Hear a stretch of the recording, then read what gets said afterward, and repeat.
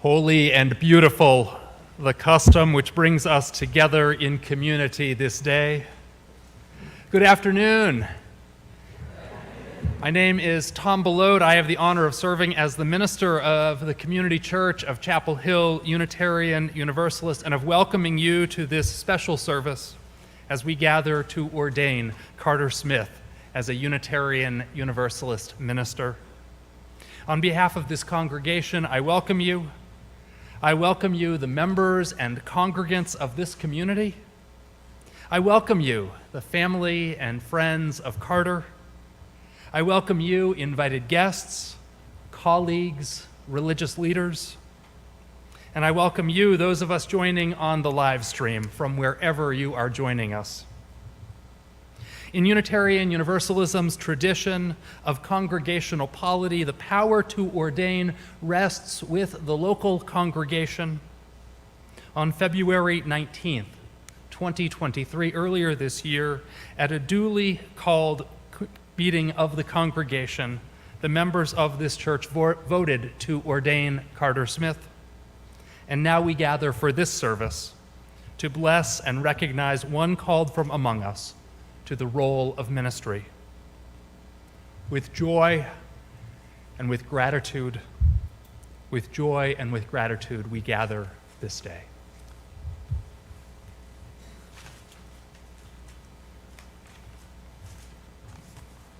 Hi, I'm not Delthea. She is our resident artist and firebrand at Shelternet Camp, where Carter and I went growing up. My name is Franklin. I won't do as well with this reading that she sent us that she would have, but I'll do my best. The call. Have you heard the call? Have you heard the wild God come on a gentle breeze and rock you to the ground in angelic awe and wicked wonder? Have you heard the still God ride on a stinging rain and wretched thunder and wrap you in a weeping peace? Have you heard the serendipitous God dance on children's laughter and light a glow of joy in you and bring you to blessed bliss? Whichever God has come and delivered upon your lips a kiss that bid you speak, have you heard the call? Did you hear the call when the child, shot down by a judgment, dressed in blue and shielded by the law, called out his mother's name, and his mother could not answer? When the elder, sick and shut inside a loneliness too cold for even Lucifer to brave, called out her partner's name, and only silence answered? When the neighbor, crying, smiling, as he backs the moving van out of the driveway that was once his, Foreclosure notice still on the door. Whisper called out simply, "Why?" And no one could give him an answer. Did you hear the call? Calls go out every day for empathy, for sympathy, affinity, civility, solidarity. When mercy calls out, chained inside of justice. When grace calls out, chained inside of atonement. When love calls out, chained inside reciprocity. Have you heard the call? Do you hear the call? Will you hear the call?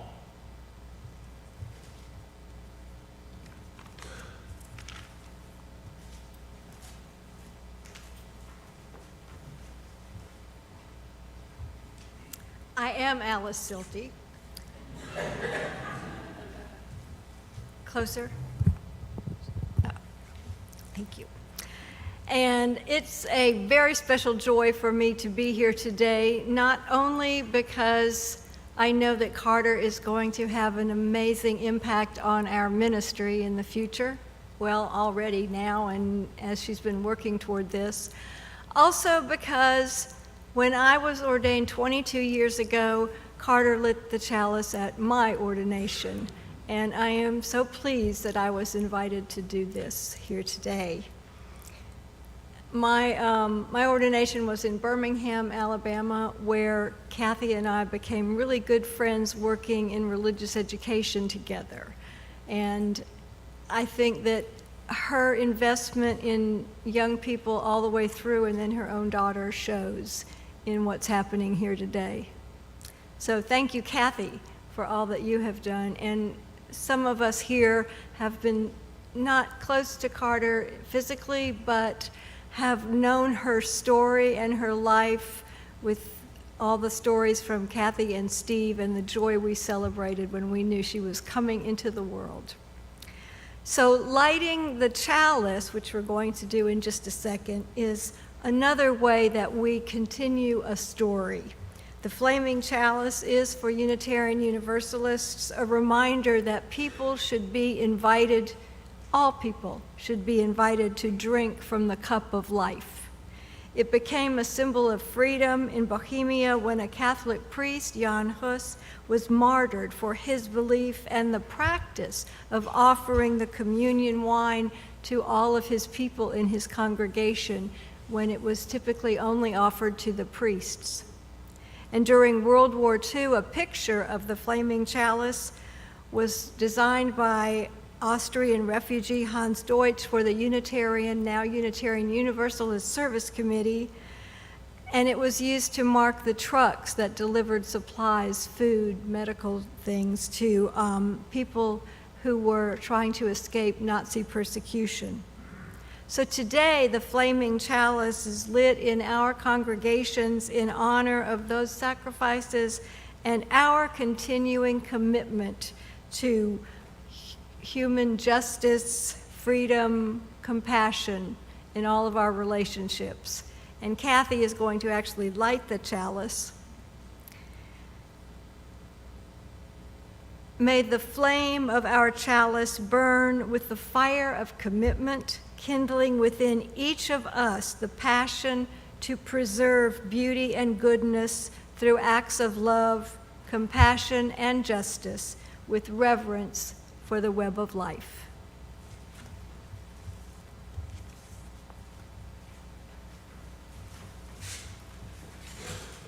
I invite you to please rise in body or in spirit and to sing our next hymn, Wake Now My Senses, which is included in your order of service.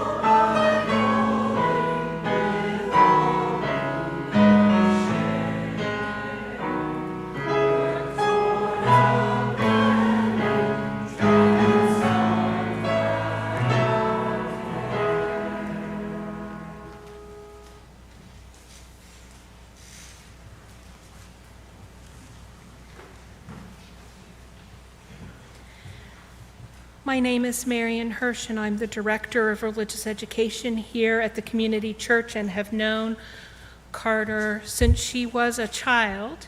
And with me is Allison Andrade, who also grew up in this church, being mentored by Carter, and is our next person who's going to seminary in the fall.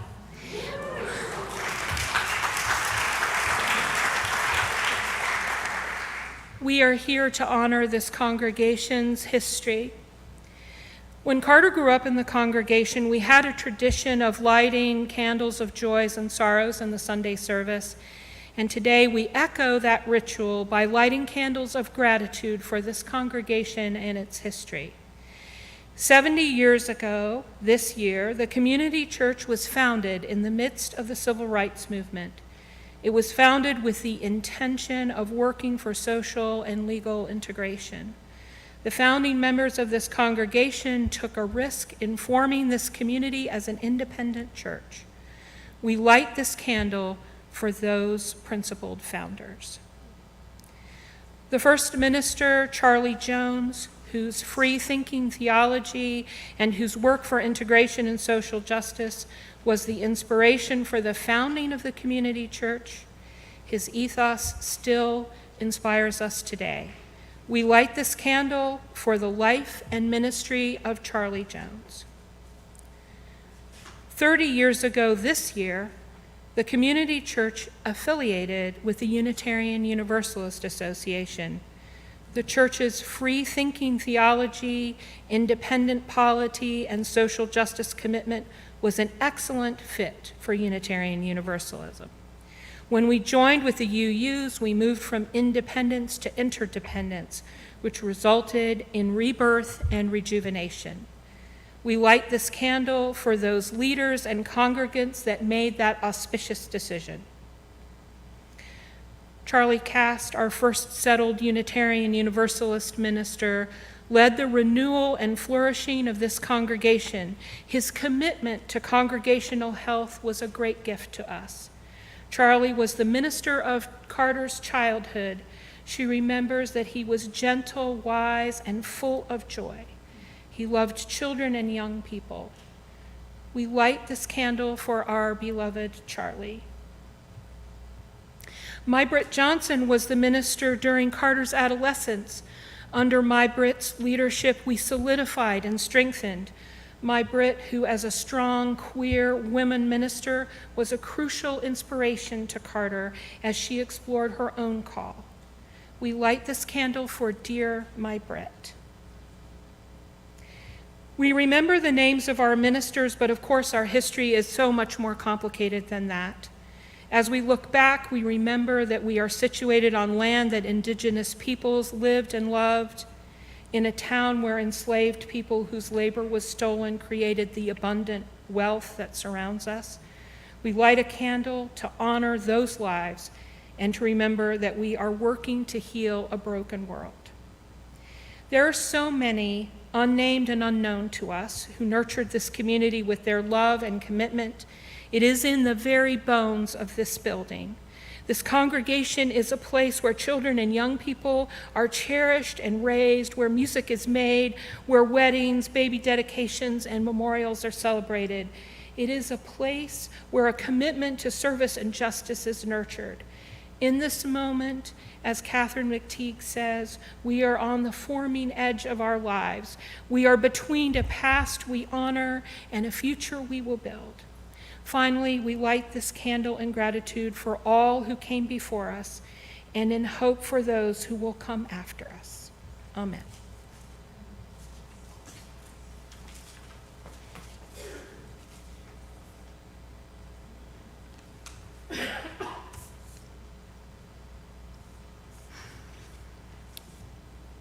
Hello, beloveds. A year ago, when this congregation ordained me to the Unitarian Universalist ministry, I told you all that Unitarian Universalism saves lives. I meant that, and I still mean that every single day. Today's offertory supports that life-saving mission of Unitarian Universalism.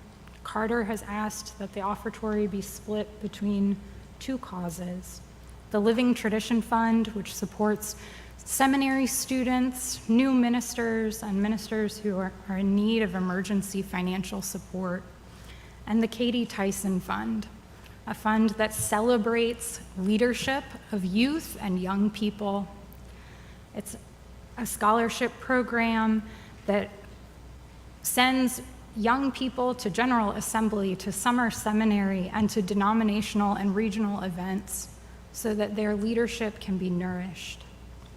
This congregation has a history of nourishing young people in their leadership. As we can see, I was raised in this church, Carter grew up in this church, Allison grew up in this church. The Living Tradition Fund supports ministers who are just starting out.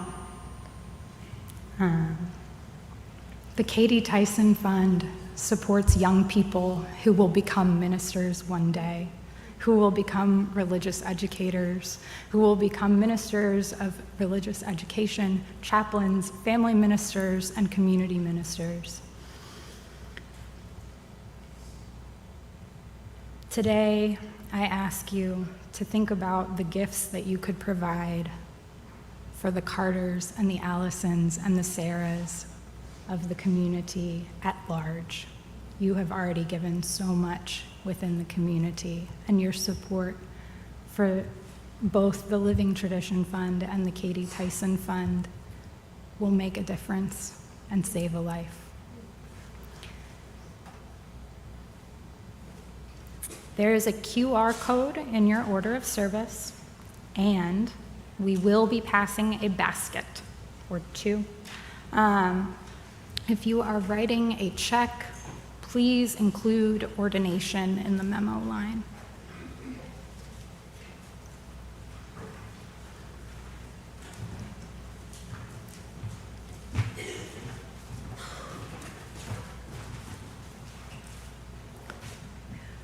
And it is with gratitude that we will now receive today's offering.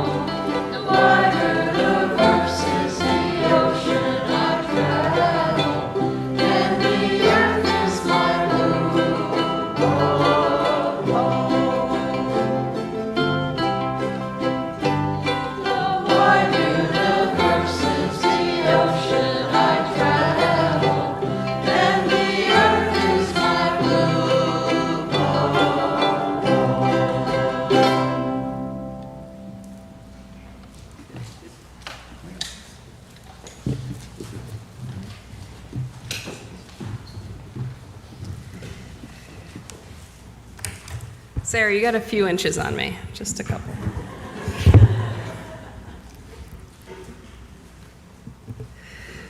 Good afternoon.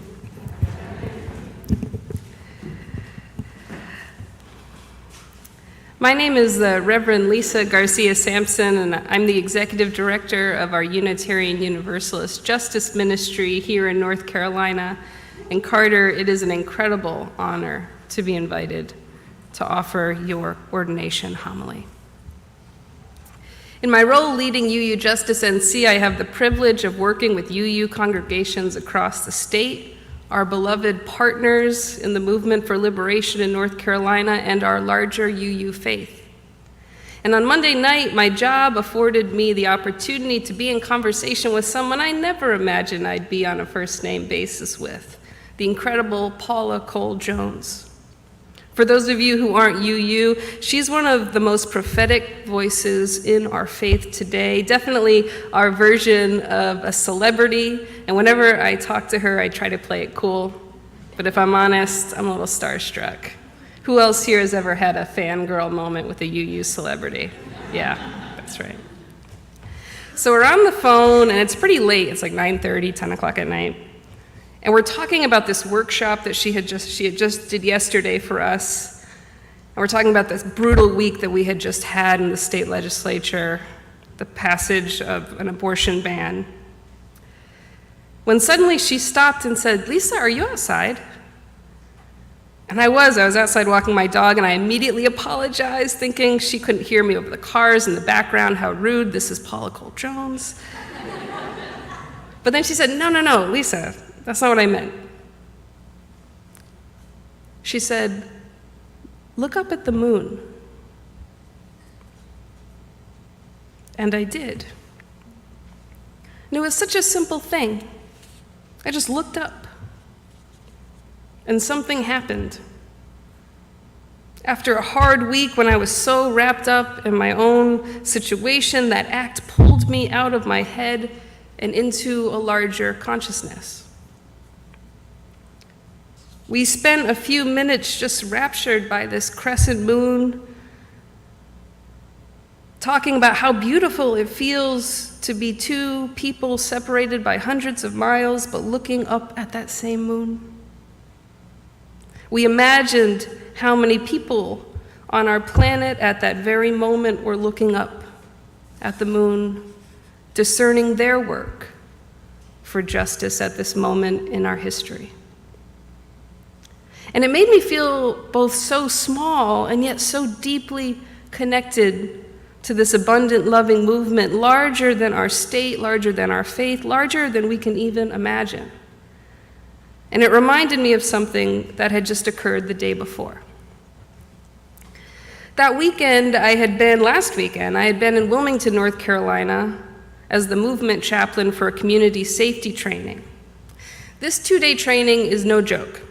It's for people working to keep our movement safe at abortion clinics, drag story hours, voting sites, churches, school board meetings, and all the places where extremist groups are creating real safety threats in our state. We had 2 UU churches there learning about de-escalation, awareness of weapons, how to wash out people's eyes after they've been pepper sprayed, serious stuff. And one of the churches there in particular had come at a time when their congregation is currently discerning how visible they should be as a beacon of progressive values in a very conservative, very small North Carolina town.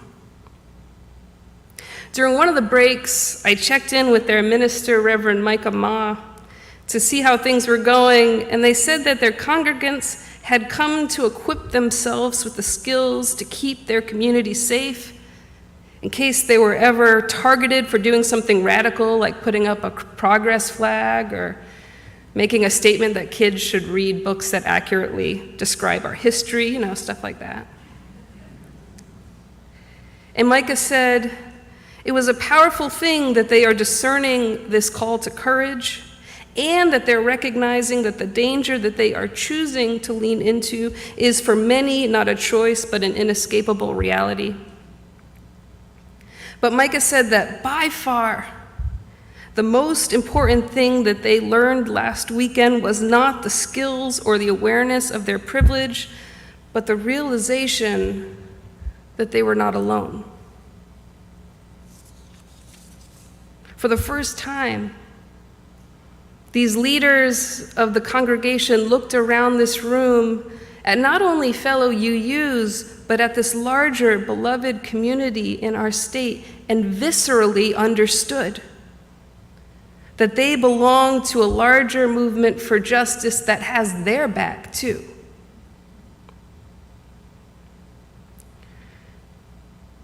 There's a sense in which that was their look up at the moon moment. Their realization that they are not only accountable to that larger interconnected web, but can access the love and power and wisdom of that web. And the thing that I want to point out here is something that I have experienced over and over in my ministry, is that our capacity for courage is deeply tied to the depth of our connection to that which is greater than us.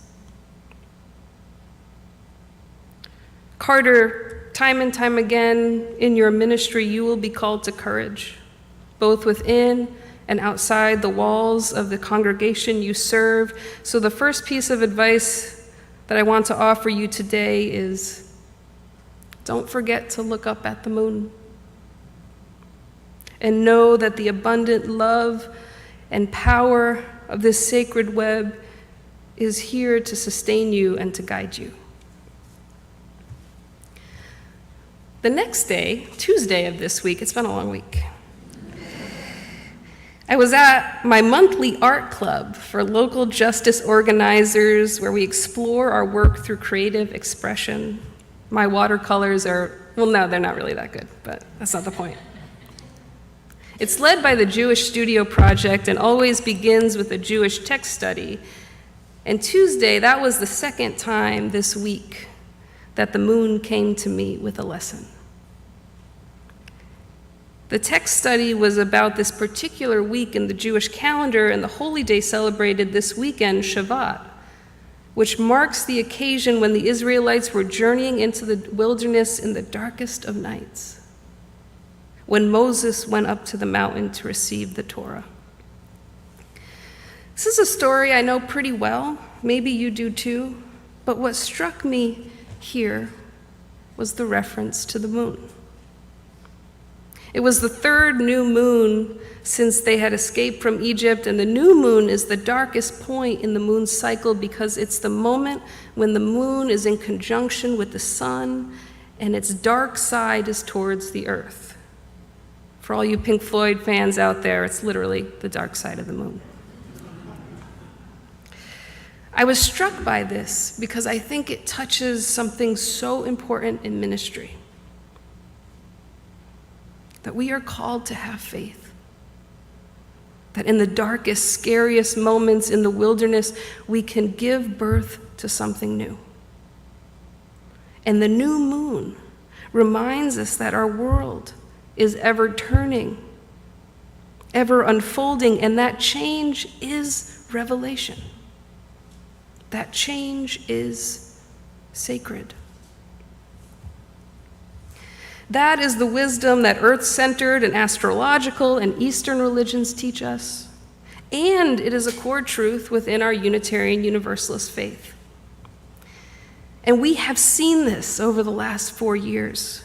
During your formation, Carter, we have been through the dark night in the wilderness, and new revelations have come. And our UU faith, and so many of us, who am I kidding, all of us, have been changed.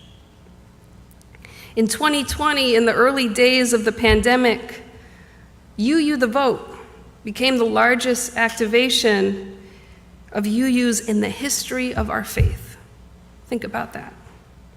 New technology brought us into deeper relationship with fellow UUs across the state and across the country. Congregations like First U Portland that Carter brought us in relationship with, and All Souls DC with Reverend Rob here today.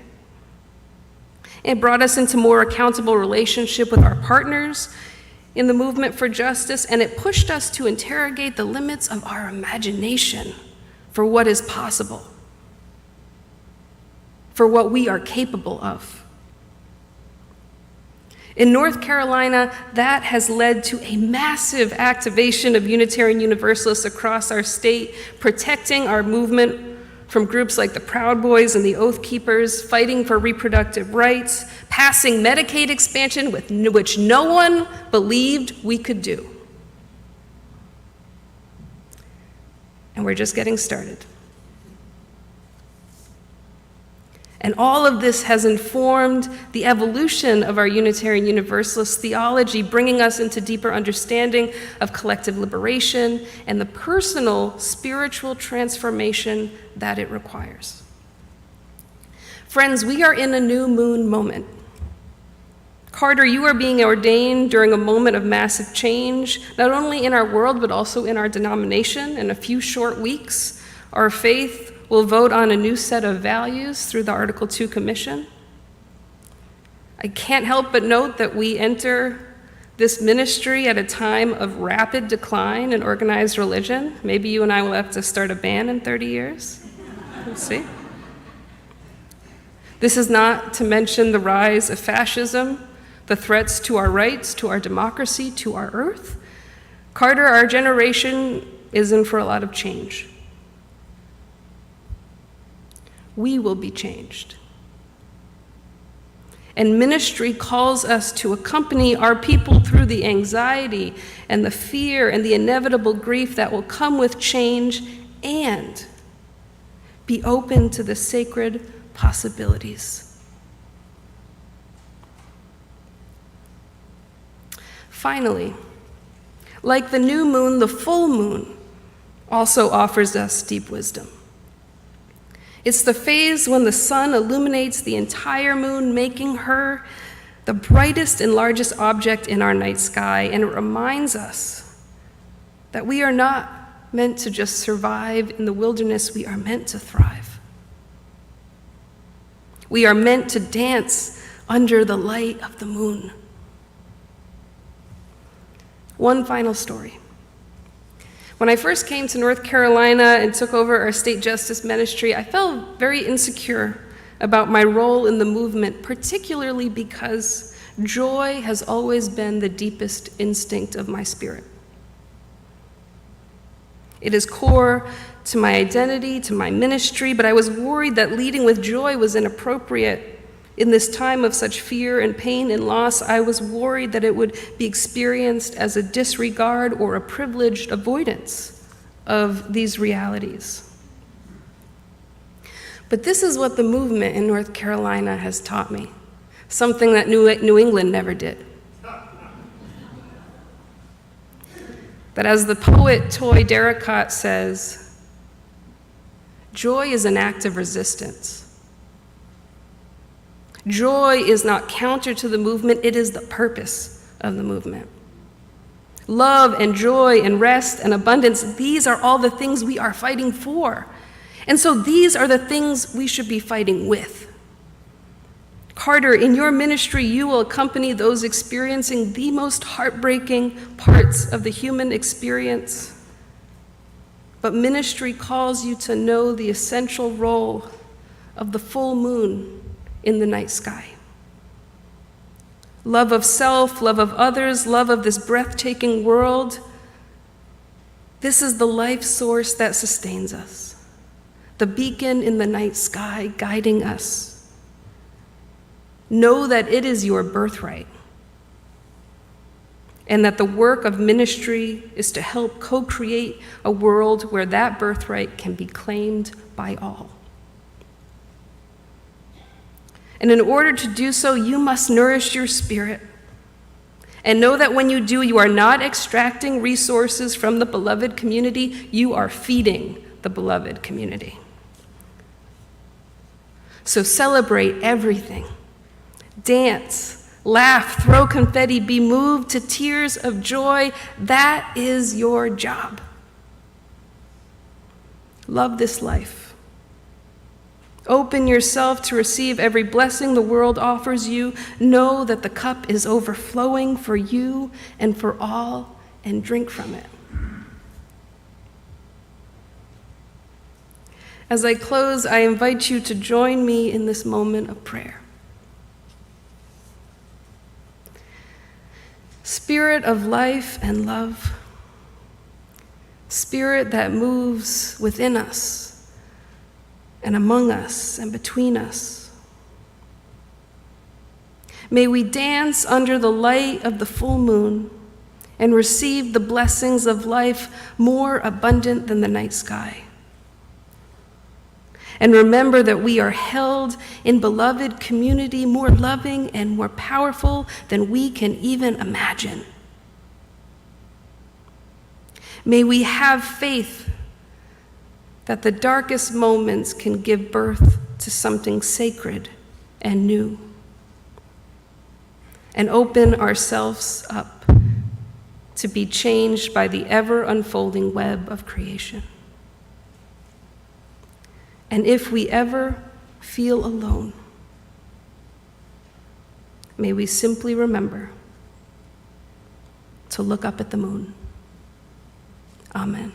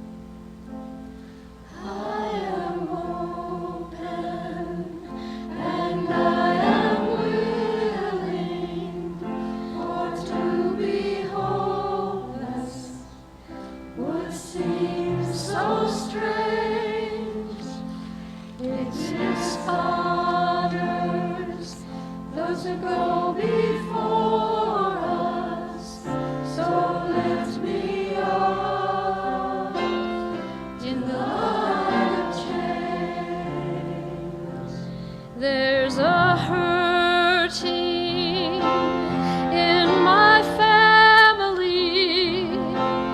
There is sorrow in my town. There is panic in the nation.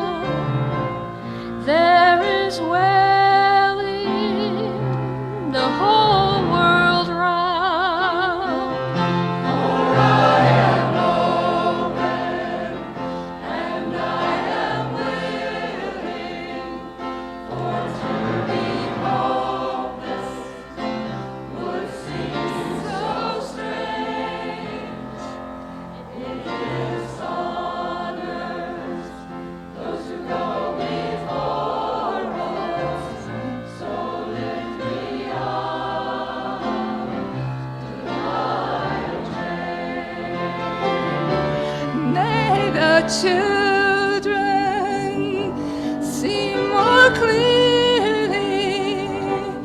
May the elders be more wise.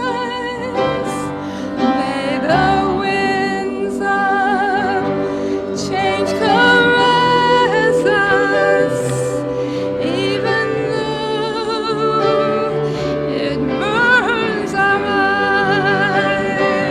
For I am open and I am willing, for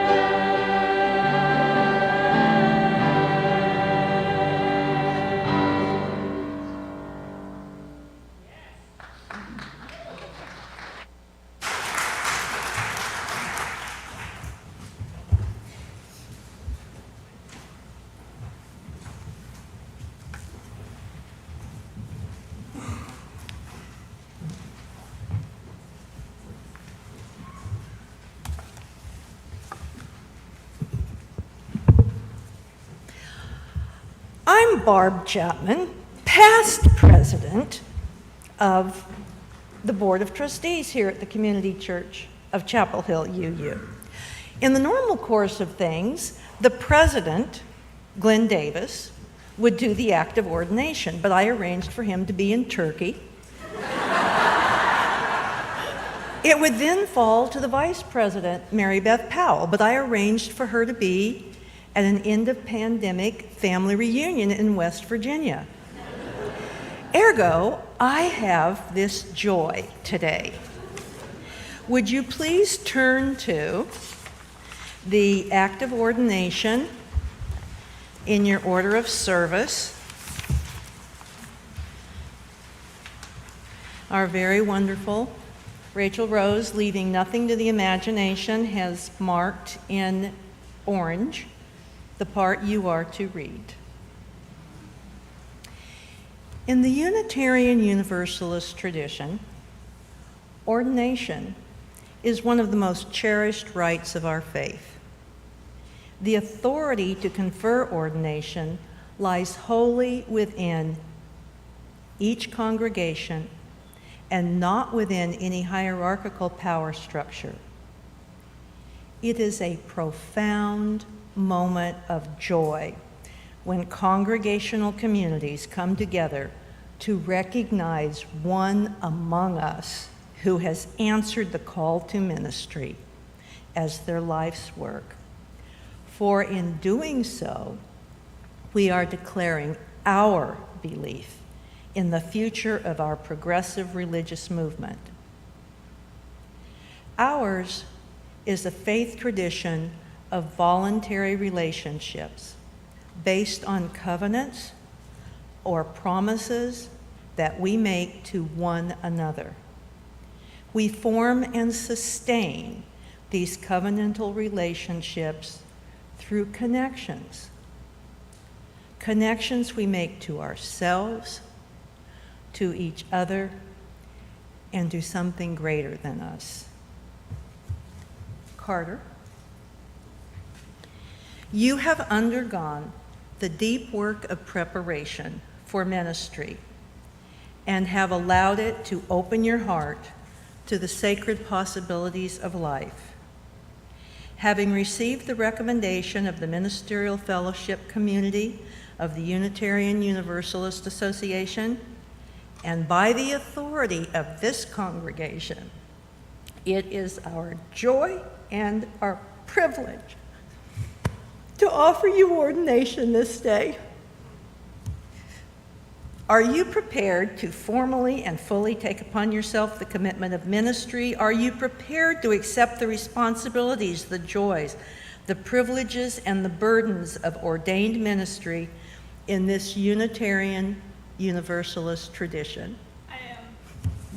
Good for you. Good for us. As the congregation where Carter discovered her home in Unitarian Universalism and received her call to serve in the ministry of our religious tradition, the members of the Community Church of Chapel Hill Unitarian Universalist have voted to ordain Carter Smith. Assembled here are the members and friends of this congregation. Together, we acknowledge our own calling to be engaged and active partners in covenantal faith. Together, we affirm our commitment to the shared ministry of Unitarian Universalism. Are we prepared now to live our commitment by conferring ordination upon Carter Smith? If so, please say aloud, yes, we are. Yes, we are. Assembled members of this ordaining congregation, please join in reciting the words in your order of service. We invite you to rise in body or spirit.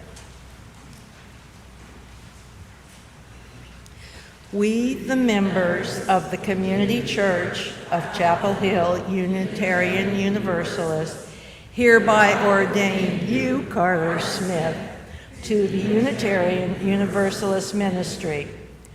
Wherever you are called to serve, we charge you to speak the truth in freedom and in love, to minister with compassion to joys and sorrows, to promote the inherent worth and dignity of every person, and to work for justice each day. We promise to support you in all the ways that we can throughout your ministry. Family, friends, colleagues, and anyone else who wishes to add their blessings, please recite the words in the order of service. We invite you to rise in body or in spirit. Carter, we have encouraged and comforted you as you worked and prepared for this day. With joy and pride, we, your cloud of witnesses, affirm your ordination today and offer our blessings upon your ministry. As you go forth, know that our continued support and love goes with you wherever your call may lead. It is with deep, deep joy, humility, and gratitude that I accept the ministry to which you have ordained me. Each day of my life that this congregation and our wider faith family has held me in love, I have been called to serve this community in return, this world in return. Mindful of the immense privileges and responsibilities of this calling, I promise to minister with authenticity, honesty, and love. I am aware that I am but one drop in this stream of living tradition, this work that must be shared with countless others, and that I cannot do this work alone. For this reason, I root my ministry in the wisdom of spiritual ancestors and in care for future generations of Unitarian Universalists to come. I commit to practices that help me cultivate clarity, compassion, and openness to the fullness of this human experience. As I take up this ministry, I am grateful for all of you who have loved me into being. I vow my accountability to this community as I move forward on the path.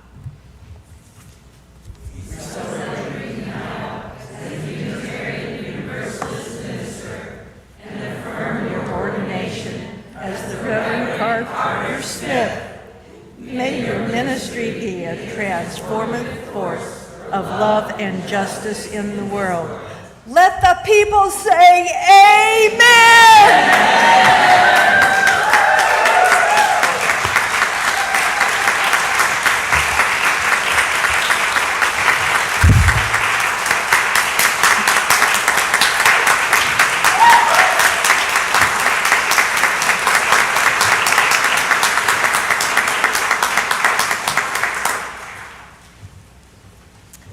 Hi, I'm Selden Holt. This is my friend Sarah Verbeest, and we are honored as people and as a congregation who knew Carter when she was only a hope, and look at her now, to share this gift with her. This gift was created by Laurie Prentice Dunn, who is the head of our quilters group at the church, an incredible artisan, and she and Carter had conversations about what design Carter might like. So.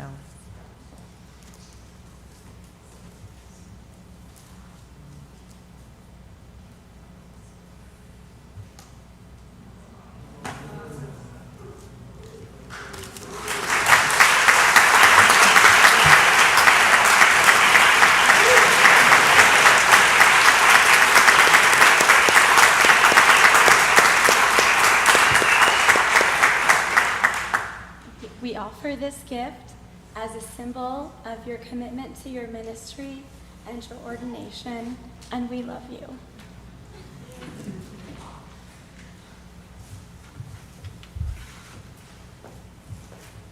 I asked for trees in honor of the trees in North Carolina and the Pacific Northwest, so that's what this is.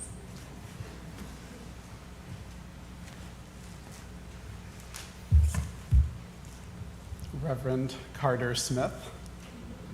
Boy, does that feel neat to say. Reverend Carter. It isn't every day that we get to bless a new minister with our hope and our love for the journey ahead.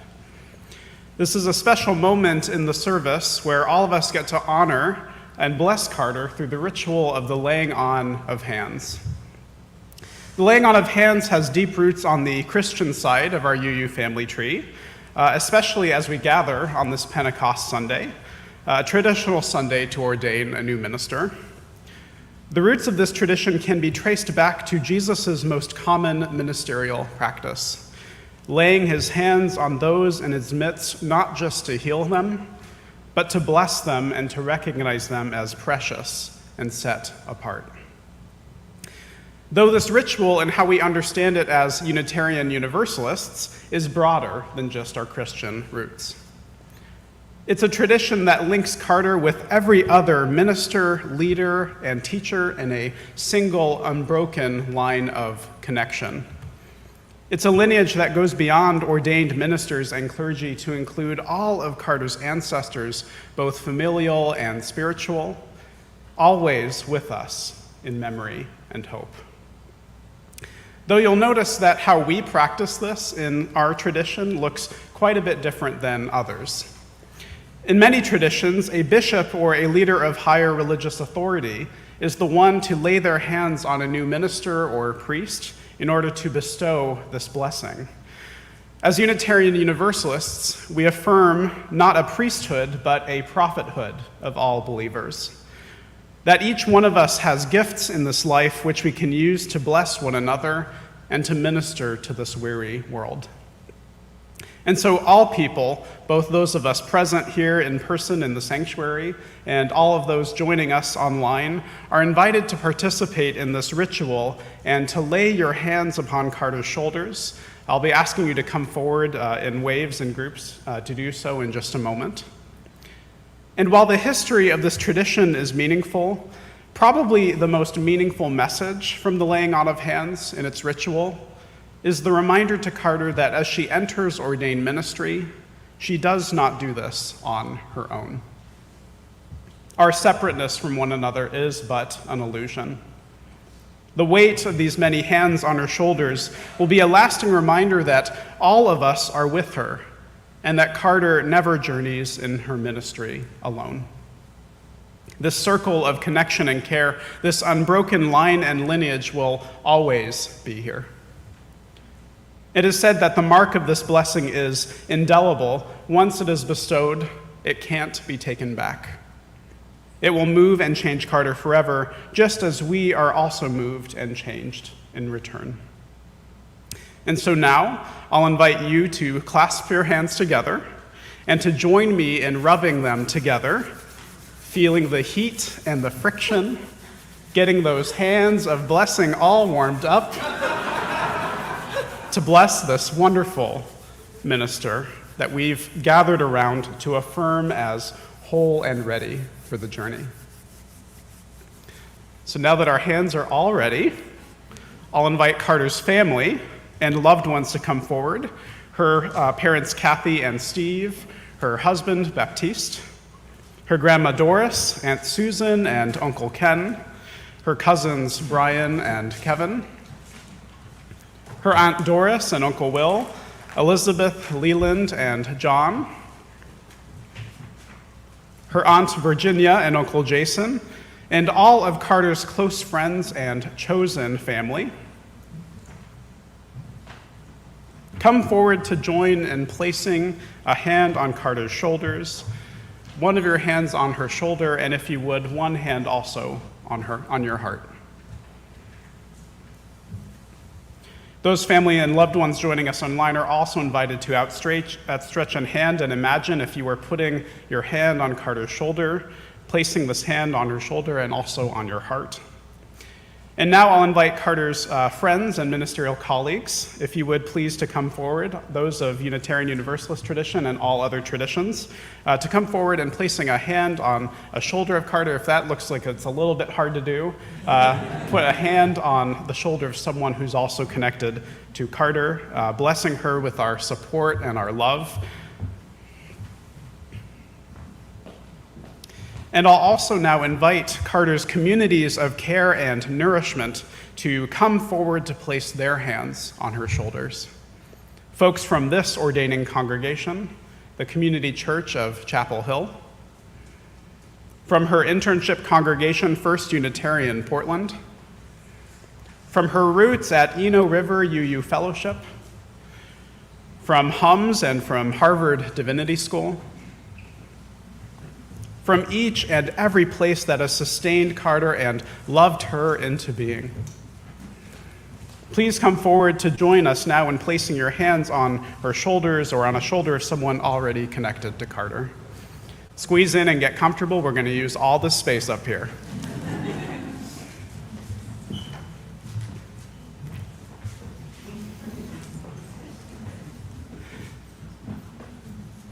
And of course, I have to invite the folks from Carter's congregation, from Westside UU congregation, to place their hands to join us in outstretching a hand of love, loving this new minister into this moment. And now let's invite everyone and anyone else to come forward to be a part of this tradition. All means all. We're all here. See if you can squeeze on into this beautiful web of connection.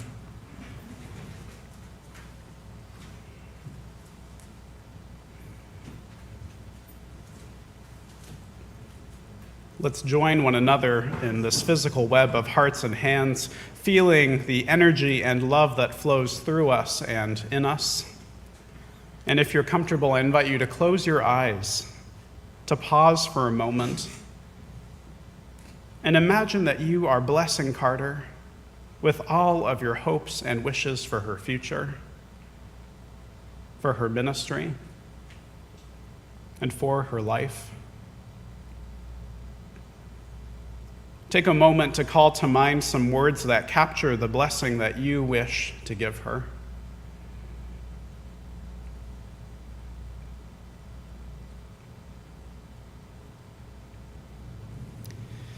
Now imagine that you are sending Carter this love, feeling this light travel in you and through all of these many hands on her shoulders. Through the internet connections and computer screens onto Carter's shoulders, imagining this light and love just filling her up and filling her heart.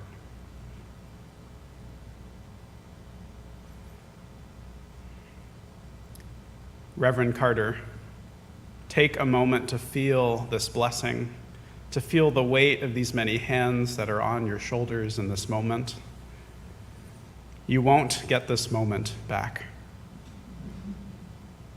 Though what you'll always have from this moment on is this circle of connection and care, a love that will never let you go. We will be with you each step you take, going with you into every room and meeting you enter, each time you travel through a threshold and don't know what's coming next. Remember this connection not just to us, to your loved ones and ancestors who care for you and cherish you in our lives. Remember also your connection to the earth, to the web of life, to this interconnected web of existence of which you are a part. Go forth, marked by our blessing, forever transformed in love, through love and by love, to bless the world with your many gifts. And now let us say, may it be so, blessed be, and amen. May it be so, blessed be, amen. Thank you all.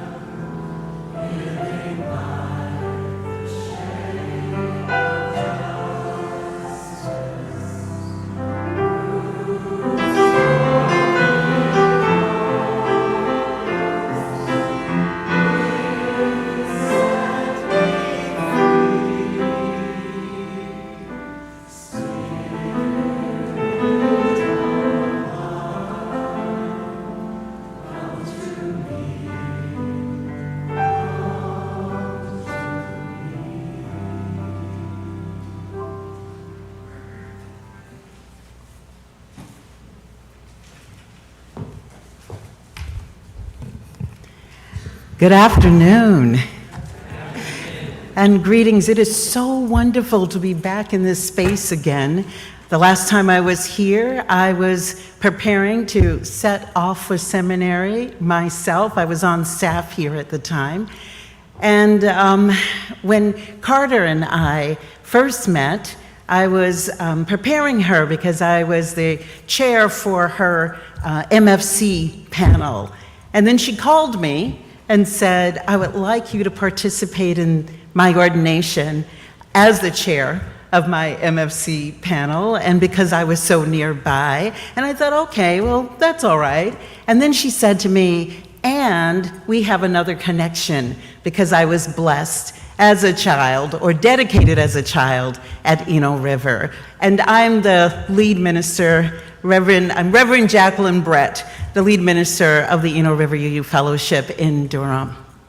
And so, Carter, it is an honor to be asked, I should say the Reverend Carter Smith.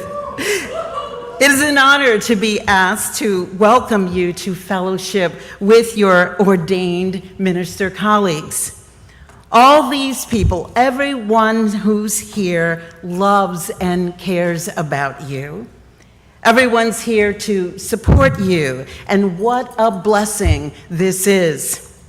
I trust that the circle of love in this room today will stretch so that you can take it with you wherever you go. And as I believe you know, even when surrounded by loved ones, there are also sometimes especially difficult circumstances in ministry that you won't be able to share with anyone in your private life. At such times, you will find yourself in need of a colleague rather than a friend or a loved one. Someone who knows and understands your role in a congregation, who understands that these robes we wear are like projection screens, and that the projected ideas and images come loaded with people's feelings. You need someone who can help you figure out when this is about you and when it's not, and what good ministry would be in each circumstance. At times, you will be in need of someone who knows how to lift up hard truths so you can better understand what's actually going on, especially what your part is in it. At times, you'll need someone who will hear you and hold on to what you say in confidence. And sometimes, you'll just need someone to talk shop with, someone who will actually find the dynamics of your work in your congregation interesting. And so, Carter, it is with great delight that I welcome you into the fellowship of your colleagues, your fellow ministers. Remember that we are here for you. Remember that when you need us, to call upon us.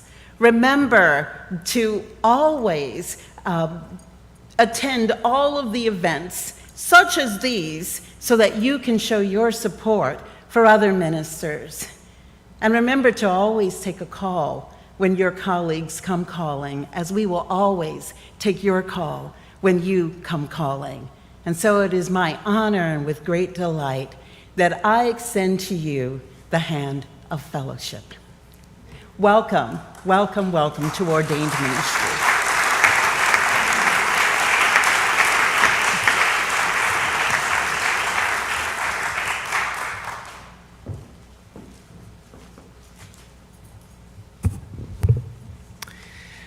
Good afternoon, everyone. It's my honor to bring greetings to this Chapel Hill congregation from your sibling congregation all the way on the other side of the country, the First Unitarian Church of Portland, Oregon. First Church in Portland is where Carter did her ministerial internship. And I have to say, being with all of you, having the privilege of being here with you, I've gotten to a deeper understanding of Carter and her call to ministry and seeing the many, many roots that are here in this place. So I bring greetings to all of you from the Unitarian Church in Portland. And Carter, love and blessings to you on this day from all the members and friends of the Portland congregation. I hope you know what good ministry you did in our congregation. It was in the time of the pandemic, and ministry is always about figuring out where you are and then ministering out of that place. And I saw you do a lot of that, Carter, sometimes improvising because there weren't always models that there were to follow. So I thank you and celebrate your grace and flexibility, all that you bring to the ministry. I hope that the experience will be with you in these days as ministry unfolds. Ministry is not always easy, so know that you enter ministry formally on this day with the love and blessings of the Portland congregation. I want to present you with another stole. Ministers can never have enough stoles. I want to tell you a little bit about the history of this one. One of our beloved members, Brenda Bell, who actually died on March the 14th of this year. In the middle of Carter's internship, Brenda led a group of congregants at one of our retirement communities to watch our online service together during the pandemic, and she said, "We love Carter and we want to celebrate her ministry." Brenda was a fabric artist and had this old tablecloth that needed a new iteration of its life, and she made Carter this stole, so I'm pleased to present this. Carter, in ministry, you will set many tables for people to come together and be at. That's a gift of yours, and as you wear this stole, and as you set tables for people to come together and bless one another, know that it comes with the blessings of the Portland Church today and in all the days to come. So blessings.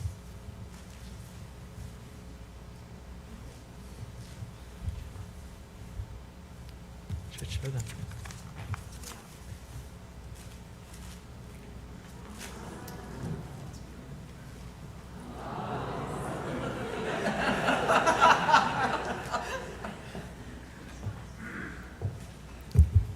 Good afternoon. I'm Tracy Burrows, and I am the co-president of the West Side Unitarian Universalist congregation in Seattle, Washington, and I'm so happy to be representing them here today. And we are thrilled that Reverend Carter has recently started to serve as our minister. So I want to bless you, Reverend Carter, for having the vision and courage to venture to the great Northwest and find us. May your strong and righteous voice soar and fill our hearts. May the integrity with which you live every day guide you in hard times. May your gentle humility bring healing and renewal to us all. May your work fill you with joy, refreshment, and inspiration. May we laugh together. May we grieve together. May we dwell in peace together as we seek knowledge and truth.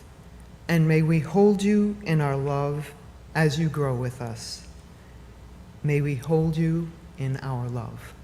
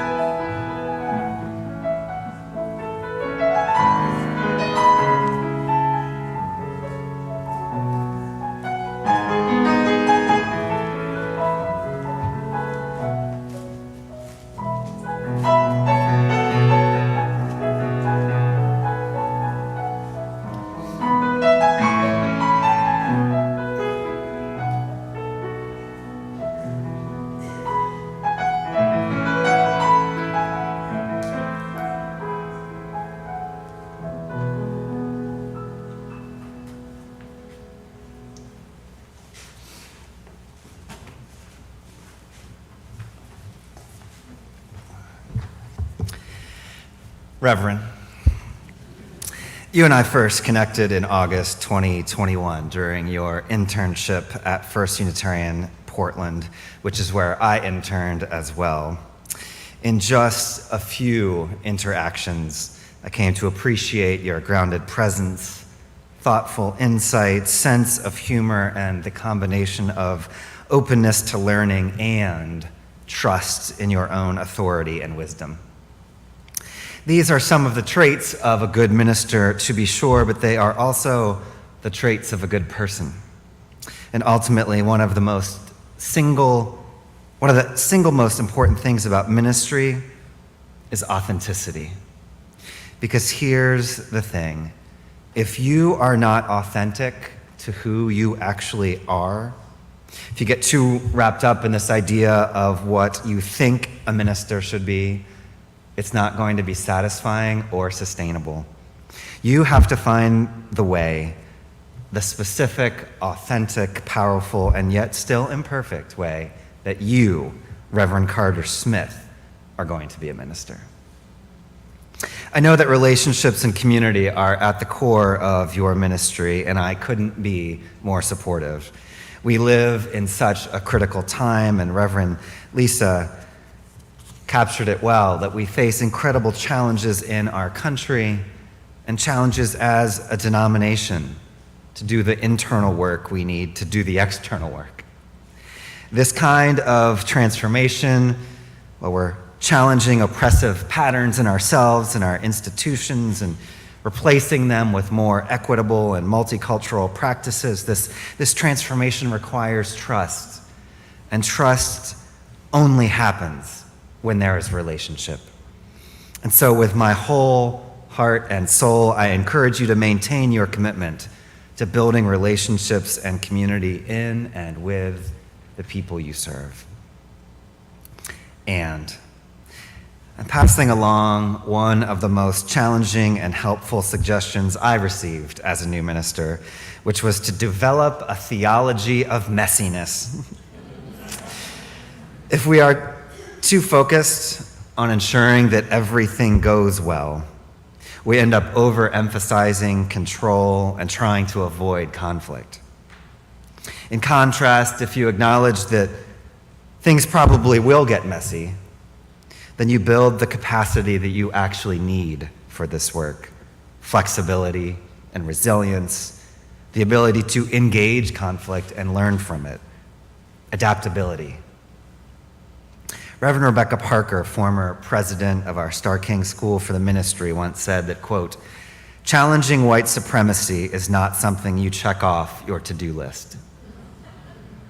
The work we are called to do in our country today and in Unitarian Universalism today is not simple, it's not quick, and it's not separate from worship or religious education or small group ministry or any of the other things we do as religious people. The work of building beloved community, this call to embody liberation, it's part of everything that we do. And so as a final invitation, I encourage you to approach this as lifelong work, because it is. Plan for a long trip. Plan for changes in course and unexpected delays. Plan for different weather.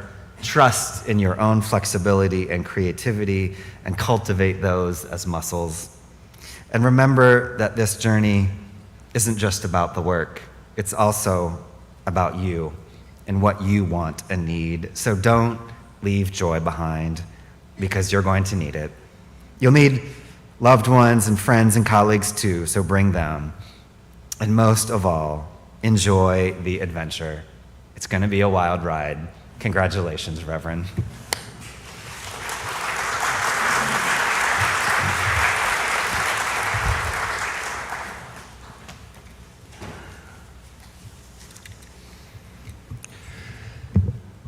Since we're all doing the How I Met Carter story today, I will add mine. This is what I wrote on my recommendation for Carter for Harvard Divinity School.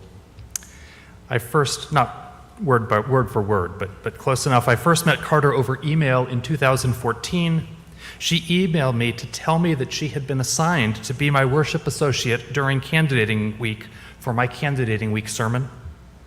And she followed that note with a detailed, theologically informed description of the standard order of service that we use here at the community church and why the parts are in the order that they are. And when I wrote back to Carter with how I wanted the service to flow, with a few minor changes, she wrote back, "Are you sure?" and pushed back against me. And it was when I arrived here for my candidating week that I realized that Carter was a senior in high school who I had been writing to.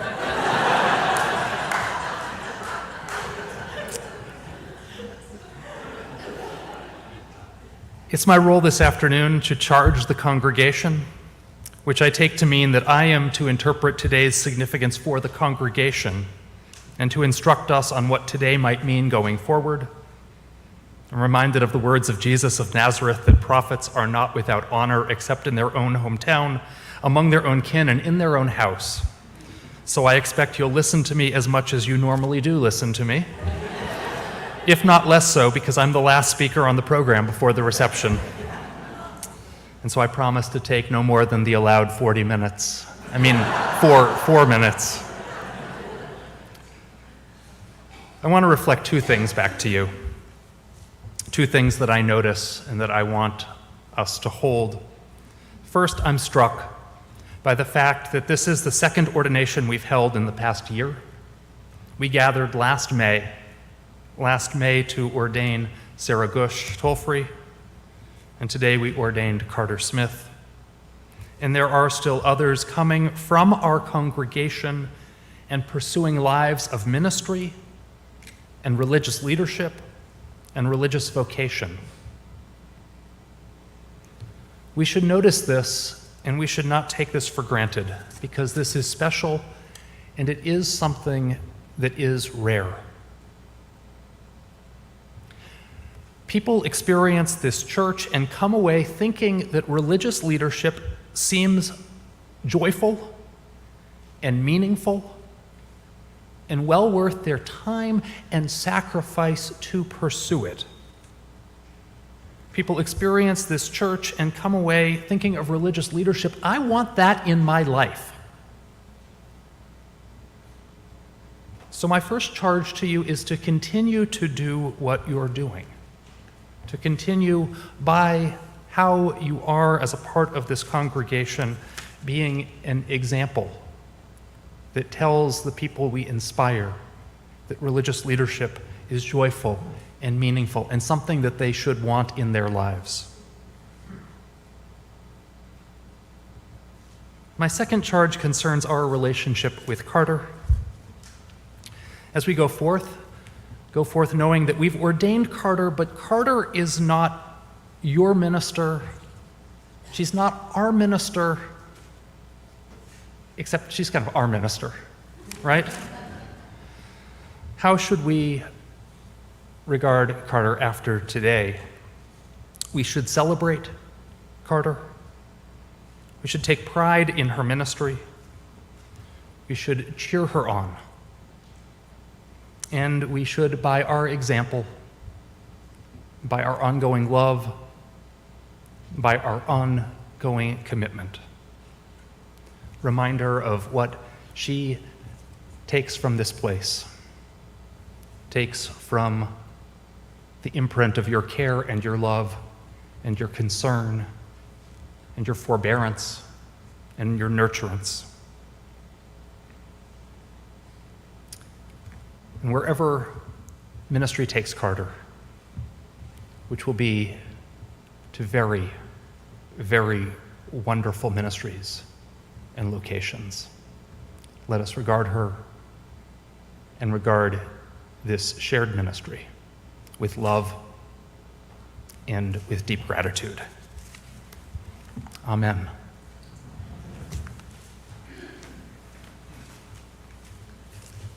I was told that my job was to give the benediction, to give some final words, give you a chance to hear from me, and just to let you know what ministry means to me and what brought me here. And I think we've heard a lot of that today, but this is what I prepared. Unitarian Universalism has taught me that there are no such things as individuals in this life. We come into being and are made who we are by those who raise us, who surround us as we grow. As we go about our lives, we humans are in a constant process of co-creating one another. We each have the power to influence those around us for better or for worse. And whether we like it or not, we are in turn influenced by them. We may call it the interdependent web, the ground of interbeing. Church, at its best, is a place where we can come alive to this fundamental reality of interconnectedness. It is a place where we choose to share our gifts with others, to enter into a web of relationships that will most certainly change us, and where we will most certainly change others. Today, we have freely and joyfully entered into this space of transformation, and we leave it with new understanding. We are each beckoned today, right now, to remember that we are all ministers of love, each endowed with the capacity to touch hearts and change lives. As we go forth from here, may we do our best to remember this always, and to commit to live more fully into the truth of our interconnectedness. May it be so now and forever. Amen. Amen.